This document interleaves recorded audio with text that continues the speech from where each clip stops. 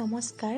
আজি মই আপোনালোকক ভেদাইলতা, মানিমুনি, নৰসিংহ আৰু মান ধনিয়াৰে বনোৱা সম্পূৰ্ণ অসমীয়া ৰেচিপি এটা দেখুৱাম।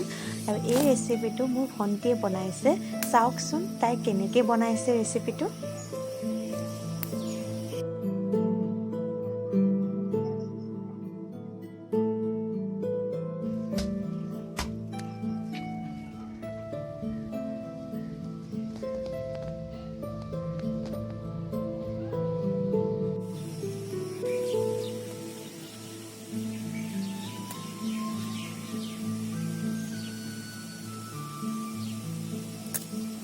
প্ৰথমতে আমি নৰসিংহ, মান ধনিয়া, মানিমুনি আৰু ভেদাইলতাখিনি ভালদৰে ধুই লৈছোঁ।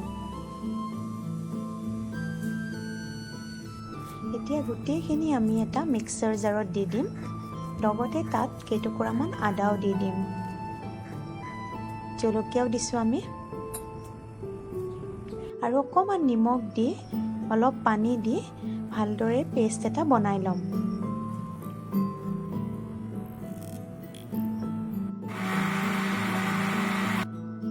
এয়া দেখিছে, পানী দিয়াৰ কাৰণে পেষ্টটো বহুত ধুনীয়া হৈছে।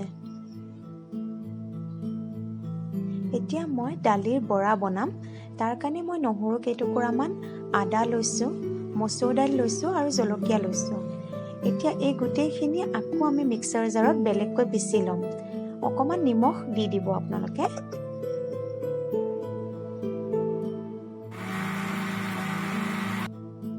এয়া দেখিছে, পেষ্টটো ৰেডি হ'ল। ইয়াত আমি এতিয়া পিঁয়াজখিনি একেলগে সানি দিম। তাৰপিছত আমি বৰা বনাম।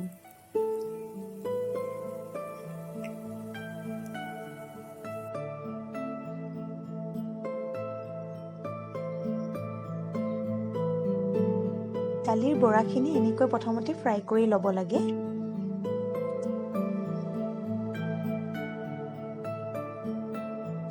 এতিয়া মই কেৰাহীত পিঁয়াজ, জ্বলা, তেজপাত আৰু অকণমান নহৰু দি দিছোঁ।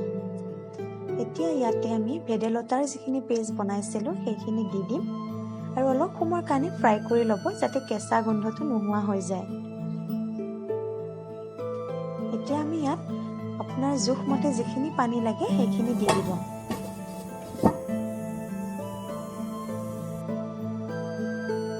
দেখিছে, আমাৰ পানীখিনি বইল হৈছে। ইয়াত এতিয়া আমি ফ্ৰাই কৰি থোৱা বৰাখিনি দি দিম।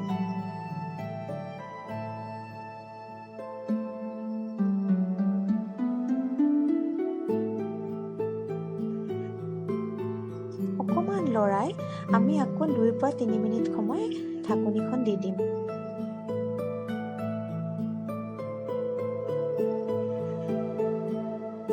আমাৰ ৰেচিপি ৰেডি হৈ গ'ল। এতিয়া গৰমে গৰমে পৰিৱেশন কৰোৱা হওক। ইমান ধুনীয়া হৈছে দেখিবলৈ, চাওকচোন। এনেদৰে দালিৰ বটাৰে আপোনালোকে ভেদাইলতা, নৰসিংহ, মান ধনিয়া আৰু মানিমুনিৰে ৰেচিপি বনাব পাৰে। আশা কৰিছোঁ আমাৰ ৰেচিপিটো আপোনালোকে ভাল পাইছে।